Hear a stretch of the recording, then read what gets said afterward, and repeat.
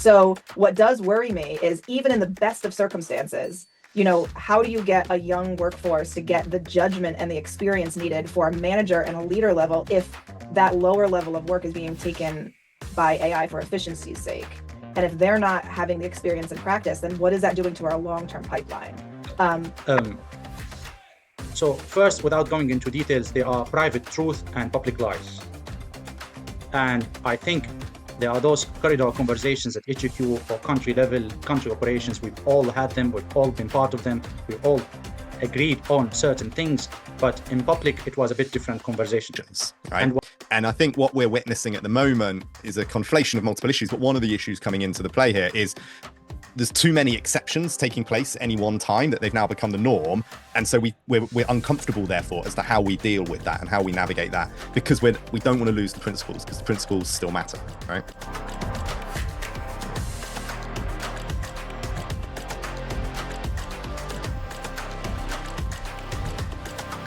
Hello, both. How are you? Good to see you again. Good to see you. Hello. It's been a while. Kim, you've been away. You've been traveling on holiday.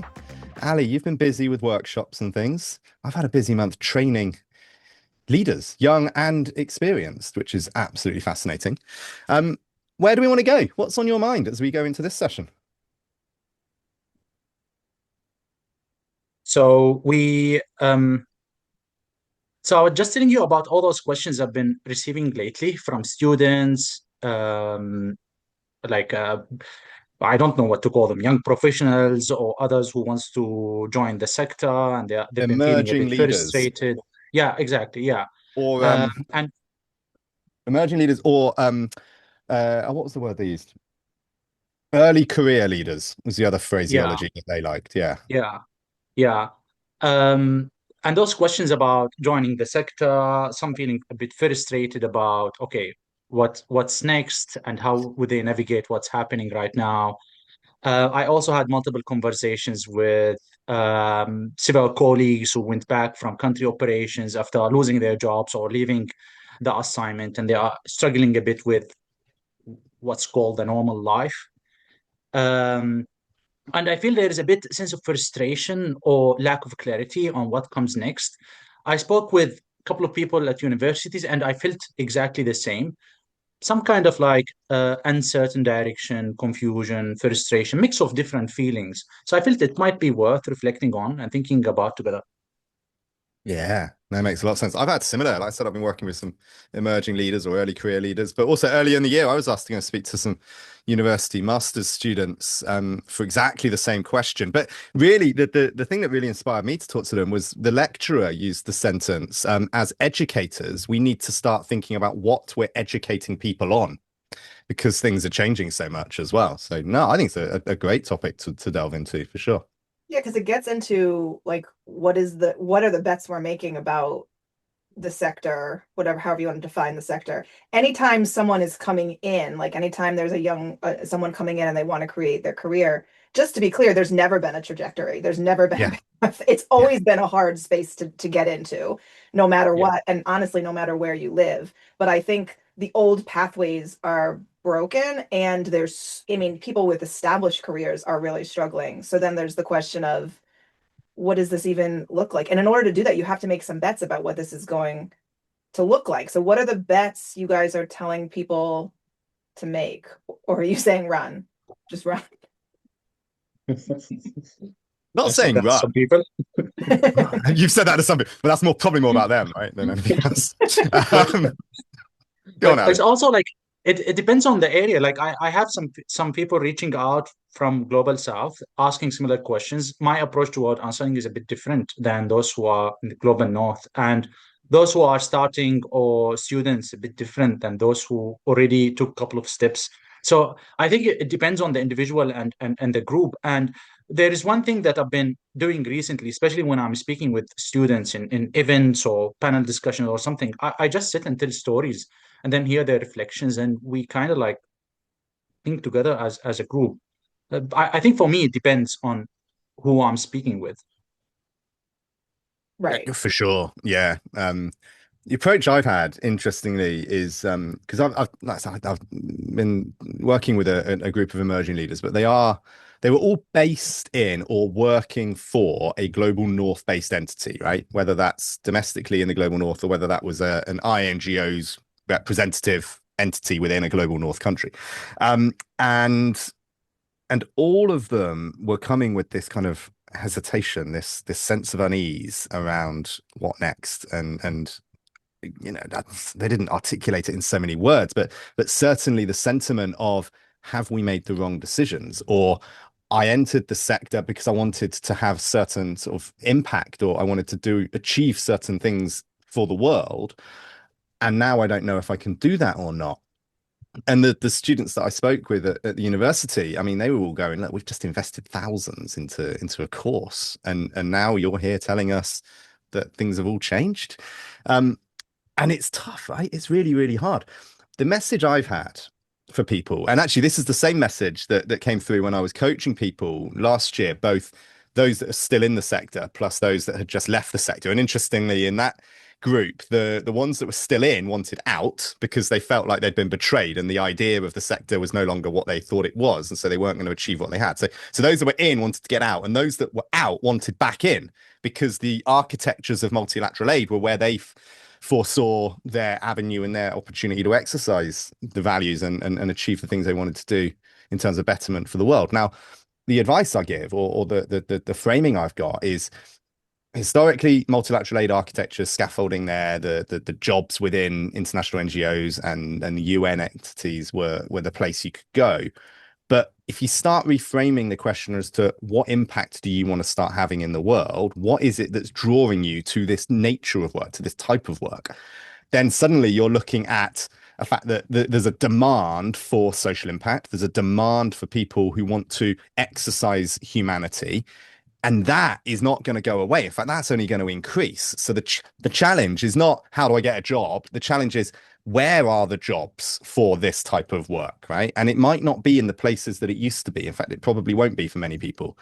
And so part of the discovery journey for people is, well, where is that? And what does that look like? And how do I best do it? Is it starting up something small and working locally? Is it working for something big and internationally? Is it working in philanthropy? Is it working for corporate, but on the more CSR side of things? Is it going into the NGO world? Because those jobs will still exist. They'll just be very different and a little bit more competitive. So it's not a one size fits all answer. But for me, the crux of it is around the values. What is it that you're trying to get out of this career choice, and start focusing on that rather than the scaffolding and the architecture as it used to be? Well, and what you're saying there, Thomas, is unpacking like the core motivation versus the identity. Because so many of us are like, well, I work in this and this is my identity. And there's a lot of people that are having to renegotiate that and say, okay, well, if I really go back to, in your words, Ali, first principle, why did I get into this, or why do I want to get into this in the first place? And then just being a little bit more creative and looking around and saying, okay, that could be it could be in the private sector. It could be, I mean, in some ways it's a good thing, because don't we want people with those values kind of, 100%. Forcing across the Yeah, world and absolutely. and spreading the seed, planting the seeds of good throughout. I wanted to say the same. Yeah. Go Go ahead. ahead, Ali. I'm intrigued by the way you detached motivation and identity. And what I took from what you were saying, I don't know if this is what you meant, was that the identities are so entrenched with the job and the title and the structures and the architectures that you're part of, which is a fascinating concept. It reminds me, there's a guy I do a lot of work with, working with him on Humanitarian Society, Gareth Owen. He's got a story that he loves telling about years ago, working on a response somewhere, and he was being interviewed by an Australian broadcast network. And part of the introduction was, I'm Gareth Owen. I've been a humanitarian for the last 20 years. And the response from the reporter, and the Australian piece is important there. The response from the reporter was, what were you before, a bastard? And the fact that, to your point on identity is so wrapped up with the job, it strips the identity of the value that you have, right? So for me, I would challenge that. The identity is associated with job. Isn't identity associated with values that you can enact? And the job is a vehicle to exercising that identity.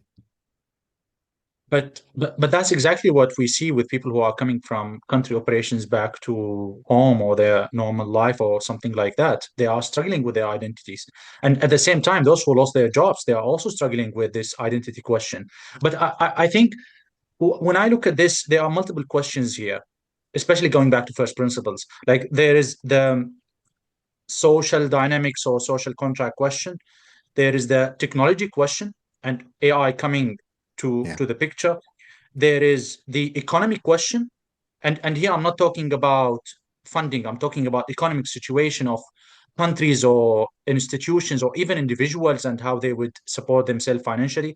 And there is the philosophical question where it comes those values or principles and all that. So I think there are multiple layers under this umbrella, and that's usually what I try to do with those who ask me this question or on those conversations, to try to distinguish between those different things and try to understand those different things that's happening here and there. And of course, for students, it's a bit different coming from institution, learning about theories and cases and having their own imagination of how it looks like even in the field, and then coming to the reality that, oh, actually opportunities are less, the way of thinking changed from what they learn. It's a bit outdated what they learn at university, and then the practice and multiple other things. Or those who are, they've been in this sector for a while, now they are having those questions around, exactly what you said. They are feeling a bit betrayed. They are feeling that they are left behind. They are feeling a bit confused. Some of them, they want to jump the ship and change the sector. Others, they are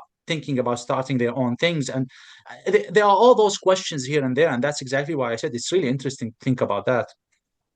Okay, so I have many thoughts for the people who were working in the sector and have and lost their jobs and are currently trying to kind of rethink. What I and this is, I'm based in the US, and in the States, like, work is very much a part of identity. And so there's just that cultural piece of it too. But there's a lot of people that are doing that type of soul searching, and I'm seeing that. Some of them are, no, this is who I am. I am going to wait and find a job in this space. I'm not changing. Some are looking and broadening their scope and doing what you were both were saying, and looking for space, looking for work that contributes to good, maybe closer to home or in different avenues. And some are just going completely in a different direction and saying, you know what brings me joy? I want to be a painter. I want to be a swim coach. I want to start a business making cupcakes, and just going completely different, all of which makes sense. The students is an interesting one. And I've same with you both. I've had people reach out saying, can we do an informational interview? What would what advice do you have? It's really hard because there's just so many unknowns, and the stakes are high for them. They're coming into this space at such a challenging time. And the only thing that I can say is what I've really said to everyone for years and years is, don't discount the transferable skills. Think about what the transferable skills are, and then think about what gives you energy. Because my career trajectory has had many different roles, but the things that I've always kind of like the through line that stayed the same is always the thing that, like, either I'm really good at intuitively, or I find or brings me energy. And then after you do a number of different things and you see what stays constant, okay, well, that's the thing. And I can apply that in many different areas. So for me, it's bringing people together, it's community building, it's network weaving, it's facilitation, it's strategic thinking, it's systems thinking. All of those things can be applied in many different ways, but that's the through line. Where can you do that? What are the transferable skills? And then to your point, Ali, what's different about this, aside from the fact the sector is rapidly changing, is that you also have the layer of AI. So what does worry me is, even in the best of circumstances, how do you get a young workforce to get the judgment and the experience needed for a manager and a leader level if that lower level of work is being taken by AI for efficiency's sake? And if they're not having the experience and practice, then what is that doing to our long-term pipeline? I do know that relational stuff is the stuff that AI can't take on. So lean into relational. But if they don't have the experience to exercise judgment and make mistakes, then what's that going to do long term? That worries me a lot. Well, and it's short-termist thinking is going to be the downfall on that, isn't it? Because I completely agree. And decisions that leaders need to start making now is as equal around future safeguarding of the integrity and the autonomy of the organization versus efficiencies today. Because there's one very credible argument to your point of, we're going to have to invest in people which will be less efficient, but we know that they will be the ones, and they have to go through a journey that isn't as efficient, but is arguably more effective in the future in terms of being able to apply that experience and that judgment. I hope, and a glass half full perspective is that that will happen, and maybe it will happen, but as a byproduct to a kind of sense of, well, we're not quite ready to relinquish complete control, right?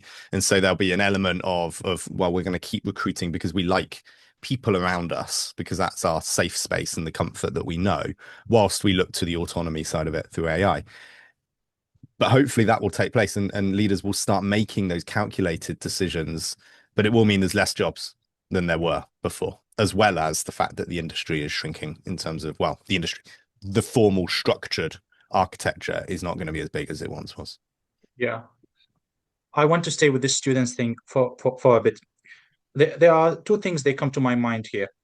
The first one, I acknowledge there are certain roles or tasks they will change. Most probably, actually, all tasks they will change, workflows will change, and all that.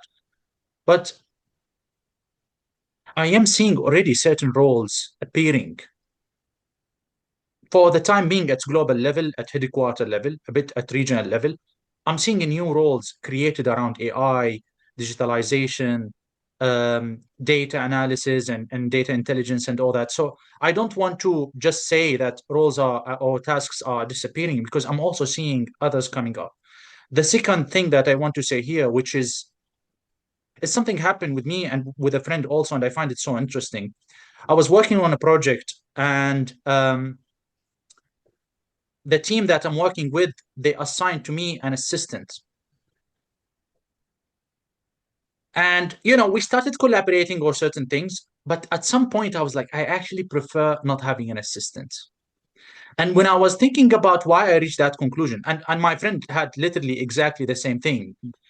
She decided that I prefer actually not having assistants or interns or etc.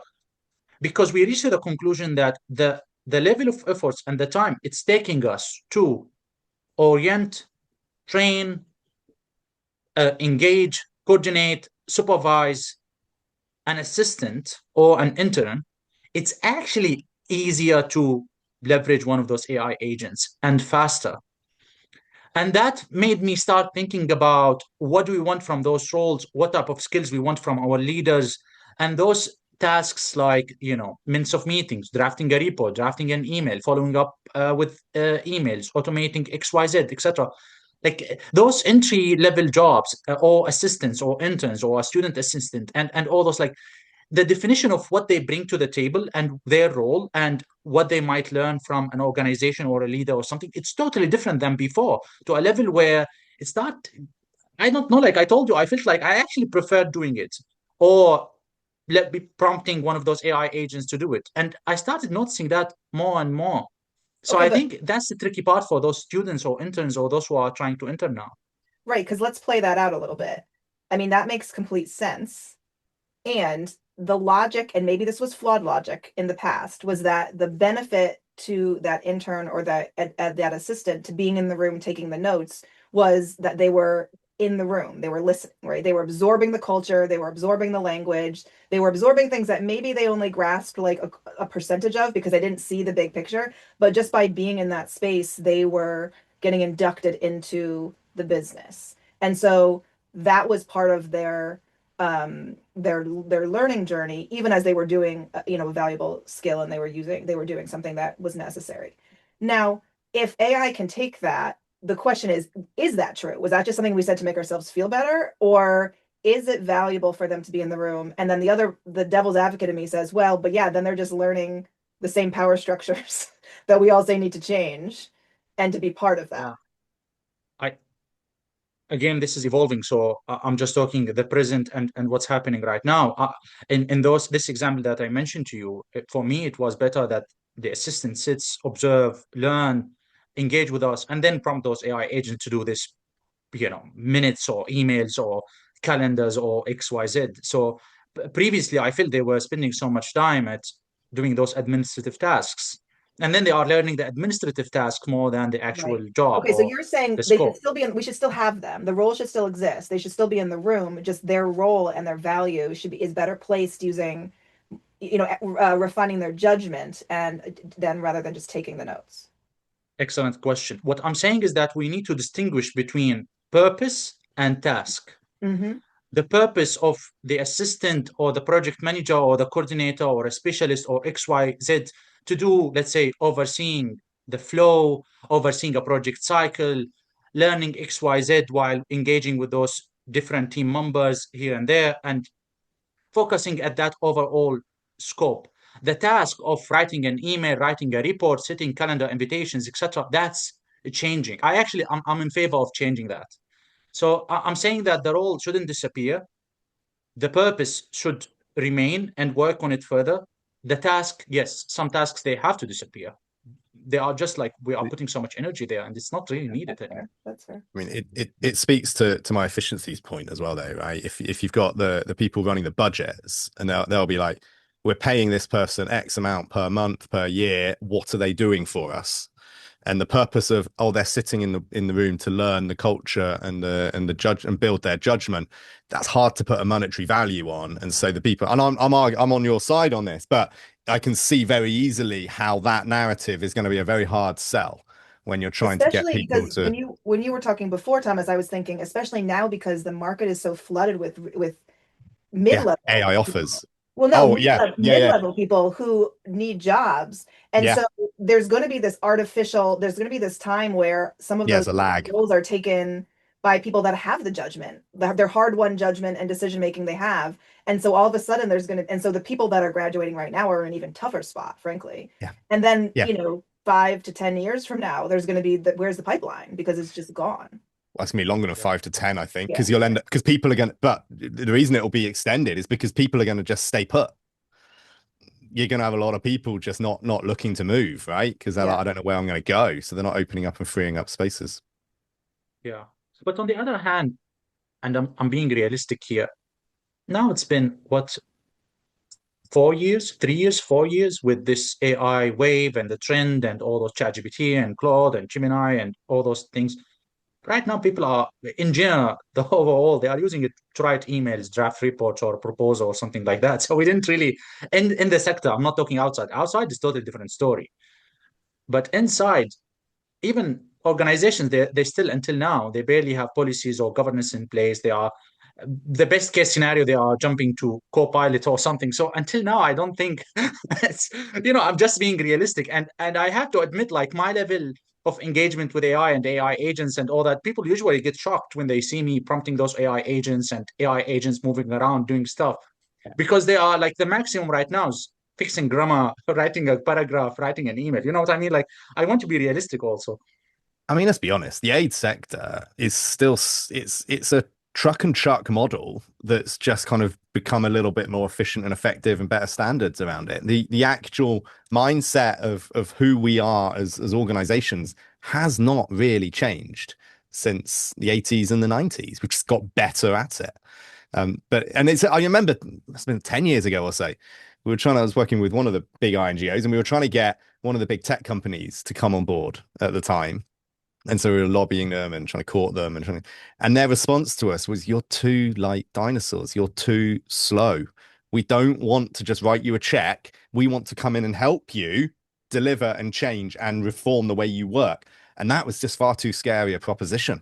So we walked away, didn't take it. I mean, 100% agree. And I do worry that the traditional sector is missing the boat in shaping some of this stuff, because we are the ones that are should be the ones that are saying, okay, what about all the biases? What about the data? What about the Absolutely. perspectives? What about all of these things? And because we're like worried about all of the things and kind of being a little bit averse to using AI to its full potential, I do feel like we're missing a boat in influence.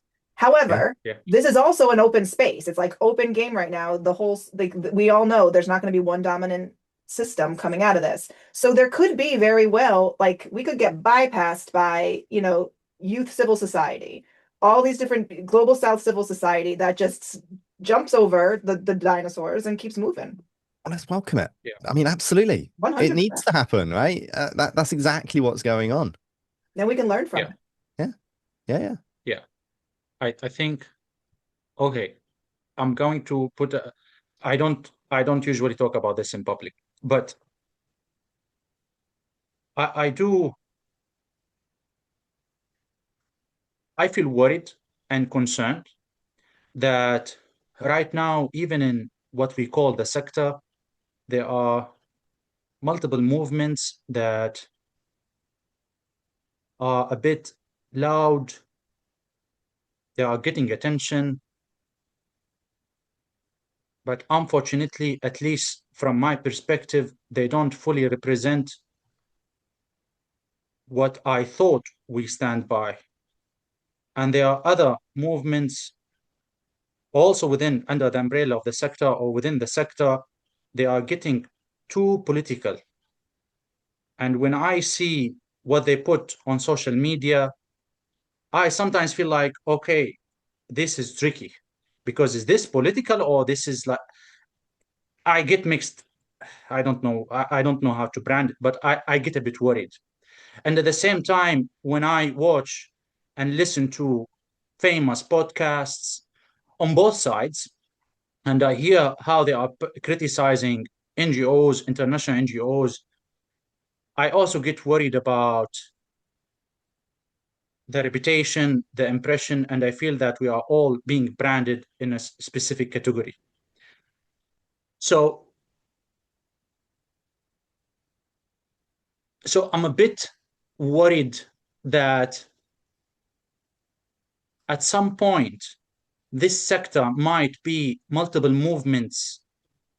Each one operates under different values and principles. Each one operates under in different ways. Each one wants to achieve a direction that actually is not under the umbrella of humanity and the other things that I thought that was, what we stood by. And in an indirect way, they are going to affect each other, harm each other, shut down each other, and Undercut then each all other. of us, we will be in big, big problem. And as I mentioned, I really don't talk about this in public. I get worried about it. I think about it so much because sometimes I feel like, oh, I don't belong to this. Other times I feel like, oh, I fully don't agree with this. But then I feel like, oh, am I now responsible to defend that? But it's totally not in line with what I thought that we are all standing by when it comes to values and all that. I'm saying this and I'm trying actually to measure what I'm saying. But yeah. You make some really valid points, and I think you're absolutely right in terms of the questions to ask there. But this is personal for you. It's the thing is that, also like, I told you, I don't talk about this. I get bullied so much. I get so many messages. People want me to to talk about specific topics, use my platform for a specific topic, advocate for a specific thing. But so many times I feel like, but wait a second, I don't fully agree. and I think because there are so many people, they follow me on LinkedIn, and I have kind of like a network, and I engage with people outside the sector also. It's a bit tricky. It's really tricky. And I think also people assume things about me because I come from Middle East and because of my name and how I look and my background. So sometimes they want to push me a bit into a political direction, and I fully understand that. But it gets a bit tricky because the political scene in the US or Europe, it's totally different than the political scene in Middle East, and also like, in Asia and all that. But adding to that, I really understand people's frustration with certain things. Like today, I was reading on the news, like the humanitarian development sector news, all those discussions around technology and AI and data companies and all that. And yeah, at a large percentage, I agree with that. But okay, can we do something within the sector? Can we bring our alternative? Like, can we work on a digital solution that could bring us together? So I sometimes feel like also the tone and the language and the approach, I don't fully align with. So that's why it's really tricky. And sometimes, yes, as you said, it is personal because sometimes I feel like I need to think, especially that I engage with, I speak a lot about humanitarian diplomacy, and part of this humanitarian diplomacy or that humanitarian diplomat that I put, I engage with people who fully disagree with the humanitarian development sector, fully not in favor of NGOs, fully not a fan of how we do things, because I try to build those bridges. So if I want to build that bridge, I can't go and be like, I am in full attack now because I disagree with you. So it's a bit tricky. So without specific examples, and I'm not asking you for you specific examples, it's kind of like I think I understand the direction you're going in. But so I'm going to say what this brings to mind for me, and maybe it's completely different from where you're going, Ali. So feel free to say that. But what I've been thinking about a lot is around, yes, we don't all have to agree, or there doesn't have to be pure coherence for us to coordinate and communicate with each other. And I think that's just a baseline, right? There's no way that we're all going to have coherence in our ideas or we're all going to agree. But in order to kind of make an impact, influence the direction of, frankly, where, the global order is going, we can even pull it back from the sector, the direction the global order is going, for civil society to have an influence on that, we need to be able to reinforce each other. And I'm hearing stories of, going into global spaces where we are tripping over each other. Rather than saying, like, I disagree on this point, but let's reinforce each other on the messaging and the narrative. We are contradicting each other. And that just creates noise and undermines our ability for collective action and collective influence. Now, that being said, all of what I just said makes an assumption that we all hold the same progressive values, if you will. And that's where I'm not sure about if that's true or not. If we all generally have the same umbrella progressive values, that civil society is a public good, we are trying to move for a more inclusive, open, horizontal world, etc., then we can all disagree on the hows and the degrees, and we can all say, well, my role is to hammer from the outside, and my role is to change from the inside, and all these things. But if the values are different, then that's a different conversation, because you're right. As a sector, I don't think we have wrestled with the tension of, do you bring in the opposing side for healthy debate and conversation, or do you shut them out? I have so many things to say here, but I will try to be simple. Um, so first, without going into details, there are private truth and public lies. And I think there are those corridor conversations at HQ or country level, country operations. We've all had them. We've all been part of them. We've all agreed on certain things, but in public, it was a bit different conversation. And what I'm saying here is a bit similar to that. So, for example, where we all stand on localization, we are not actually all on the same page on that, or where we stand on decolonization or digitalization, or UN agencies' effectiveness at country level, or like the moment you open that Pandora box, there are so many things that I brand around private truth, public lies. The second thing that I want to mention here, we all have different roles to play. Mhm. Some of us has to keep the door open.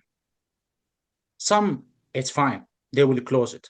But those who has to keep the door open, they have a role to play. As I mentioned, this, I like to call it humanitarian diplomacy, to be able to build bridges or engage or communicate or something. And if I want, let me go back to my country operations experience. When we were negotiating with the Taliban, the access, women access to service, women participation, access to locations, etc. The organization that they were leading, there were those organizations who kept a door open, engaging there. Now in Sudan, it's the same story. In Yala, Darfur, the same. There are some organizations, they keep the door open, and that help us engagement with armed groups, de facto authorities, XYZ. We are not fully aligned in principles, but some of us has to keep the door open. And I get this private question so much from people in Syria. A lot throughout the years, I always get this question: how come I managed to work in Damascus, North Syria, Northeast Syria? I worked in all the hubs. It's rare to see a profile that worked in all the hubs. I'm like, especially at the time when I was working in the country. But the main reason is because I had to put some measurements in place, especially on what I communicate on public, on social media and all that. And I fully understand people putting things on social media, LinkedIn or Instagram or TikTok or etc., and they are expressing an opinion or frustration or etc. But sometimes you need some people who would be a bit more measured in that, because they are going to help the wider community in a different way. One day, hopefully in the future, I will be able to speak about all those things at the bridges that I am building because of that. But yeah, I will. It's It's the fine. I will trade-offs. get more messages. It's the trade-offs between your own personal values and how you personally feel in the role that you play. And it's constant tension of kind of how to walk that line. And a lot of the bridge building happens quietly behind the scenes, is all I'll say. Yes. And I want to hear what you have to say, Thomas, but the other thing I'll say is that you mentioned roles. You both know I love the Yes. social change ecosystem framework, and maybe we can put the link in wherever this goes out on the internet, in the interweb. I'm so digital, so techie, for people to take a look at. Fascinating conversation, and thanks for bringing it in, Ali. What I'm hearing is the age-old dilemma debate between principled humanitarian action and the humanitarian imperative, which can also be described as pragmatism of humanitarianism, right?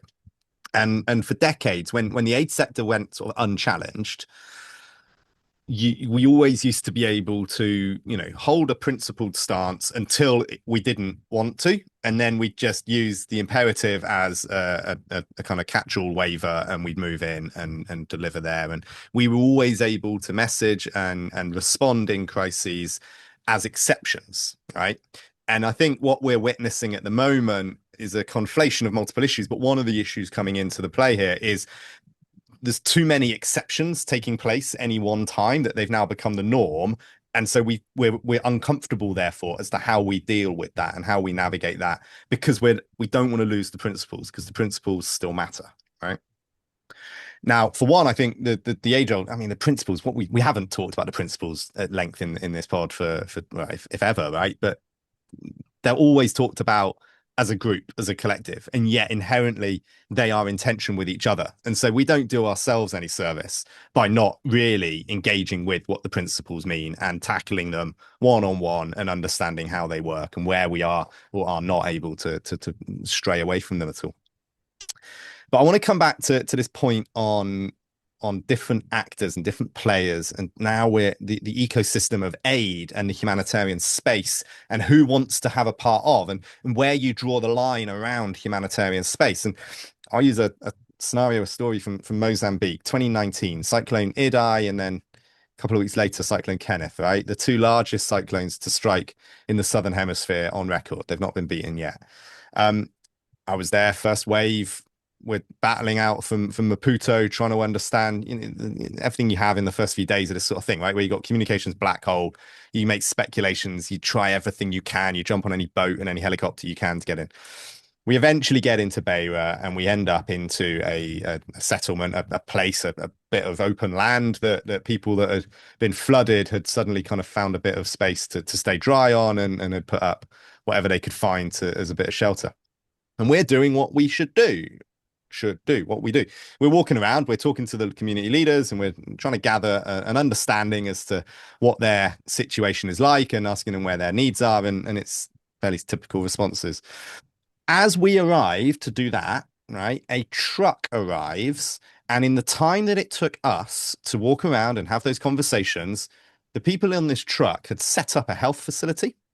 They started treating patients, and they had a drone, and they had a comms team there, marketing and capturing imagery, and they were doing first phase emergency response. We weren't. We were waiting for permission, and we had to have the information and gather the data before we could then decide what to do. And we had to have all that before we could raise the money to pay for the helicopters to fly it all in, and blah, blah.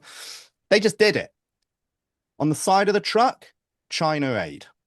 Right now, China would be one of those players that we are uncomfortable having in the club, part of the community, right? I can't, despite their motivations and whatever they may be, and I can't speak credibly to what China Aid's motivations are. They were doing humanitarian response. They were saving lives, and I can't critique the activities that were taking place in Beirut on that day. They were great. It was of high standard. So my point here is, if the outcomes, if the impact of the action is saving lives, where do we, I find it uncomfortable holding a moral high ground, a moral stance to say you can't come into the club because of this. Oh, and because you can't come into our club, you can't do it anyway. That to me is the definition of shooting ourselves in the foot. I'm massively uncomfortable with that. And so what it tells me is there's a mindset block. There's a shift that needs to take place. And that shift is what we have spoken about a lot on this pod, which is around letting go of the way things used to be done and about engaging in a new way and a new system moving forward. And I've just been writing a blog that will come out soon on contentment, which is interesting. But in it, I talk about this notion of we've got to somehow get from there to there. And I talk about somehow being this piece that is used too frequently now. The sentiment is there. And so by sentiment being there, it to me signifies the acknowledgement that the shift needs to take place. But we use the word somehow or a variant of it because we're uncomfortable saying, I don't know how to do that. And so for me, the somehow or the raising of a question of the question is how we do that it's a plea, it's an ask, it's a someone help us, someone give me the answer. Or it's a guise, it's a softer way of being able to say, I don't know what to do. But until we can get to the point where people are willing to say, I don't know what to do, I don't know how we can then move forward into actually answering that somehow question. And it's a lot of the work that I end up doing with people is creating those structured thinking spaces to not be able to say somehow, to be able to say, this is what we do, this is how we do it. But it takes a huge amount of self-awareness and it takes a huge admission on a leader's behalf to say, we need that space. We need to go into that space of structured thinking to be able to work our way through this. Otherwise, the guise of familiarity is put forward as certainty, and that's just managed decline and a hiding to nothing. Ali, I'm trying to find a way to tie all this together, but I want to hear your thoughts because I can see you thinking. It's, going back to the conversation around students, when I speak with them, I try to explain that in a way or another, we go into the details, but I try to explain that you have to be able to have some kind of independent thinking and look who you are surrounding yourself with. The main reason why I'm saying that, because when you are in an institution, you start seeing everything through the lens of that institution. When you are I don't know, with a group of friends and you socialize with them all the time, or colleagues, or etc., you start seeing things from that lens. And suddenly you start building opinions based on assumptions or certain things, and you don't support a group or an organization or an approach or something, but it's mainly because it's all those conversation in that institution or etc. accumulated into that. So I always say that you have to be able to have that independent thinking. The second thing, and I like what you mentioned, Thomas, about that journey and that aid from China, and what's your position on that, and being uncomfortable and or being comfortable and all those things. But I think it's, if I look back 15 years ago, when I was taking small assignments here and there and starting, there were certain things when I look at them right now, I fully disagree with. I'm like, how did I do that? Why did I do that? And also when I think about certain program designs 6 years ago, I'm like, why we did it that way? So I think at the present, sometimes you don't really realize. You have to let the time pass and then look. That's why I say I think it's this generational thing now, this definition of what does it mean to be a humanitarian, how it looks like, and all that. And maybe those new, the new, I don't know what to call them. I don't want to call them young professionals because that's what they are called here. The emerging leaders or etc. They are trying to define that. So Have you thought of a way to tie it together, Kim? I can usually create a frame for anything. I've got one. Well, so let me give it a stab, and then I want to hear what you. Well, so All right. maybe it's not a frame, but what you made me think, Ali, is going back to the students. If I'm a student in a university right now, and I want to get into this space, whether it's development or humanitarian or peace building or what have you, it has worried me. What is the curriculum that they're learning? And it's no fault of any curriculum. It's just the pace of change is so fast that like, how do they know what the reality is when we are just having this conversation for the last 30 plus minutes and it feels more tangled than clear? And that's okay, but it concerns me that there are going to be students coming out into the sector. And we started this conversation by saying, pretty, practically, will there be jobs for them? What will those jobs look like? What skills do they need? But by the end of it, my question is, what is their understanding? How do they need to think? What is their understanding of the different spaces that exist? And then how do they code switch so that they can understand and, as you said, Ali, occupy different spaces for a well-rounded perspective, even once they're in? That's a big question that I think is not a 90-minute presentation to give to, like, everything it comes down to that we talk about. It comes down to what are the skills, capacities, and relational, side of things that for people to kind of come into this space with. I much would rather someone who asks a good question or who admits they don't know what they're doing than someone that comes in with a 5-point plan. All right, what's your final frame, Thomas? Well, firstly, I think it was this line from the lecturer at the uni that I spoke at.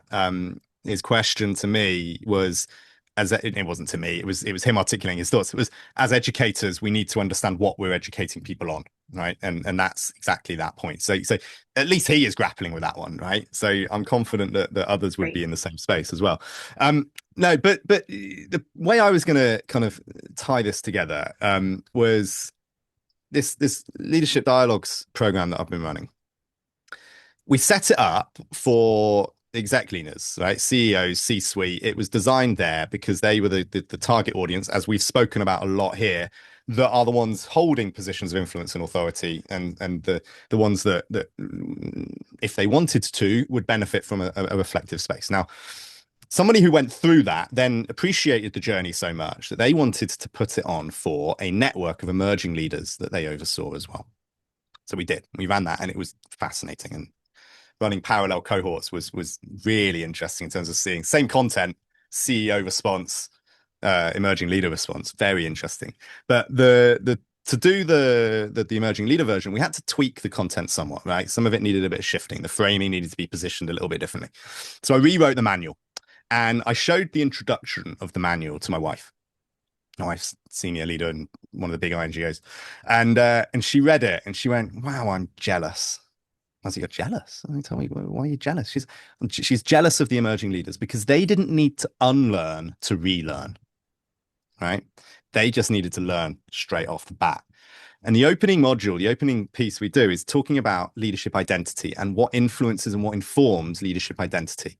And the challenge that we put forward is leadership is as much a personal trait as it is a response to an environment, right? And an external space. And you can chart kind of vogues of leadership over time. And we present one of those in terms of looking over the last century. And if you understand that and you start to understand that the leaders that are currently in the exec level positions, they learn to leadership identity based off an environment that doesn't exist anymore. Correct. Right? That's such a loop model. Exactly. And so but what's important for the emerging leaders, and the same would apply for students, is they need to understand that the projection of leadership that they are being exposed to, because that's the leadership identity of people at the top, that's not necessarily the same identity that they need to occupy and that they need to hold moving forward.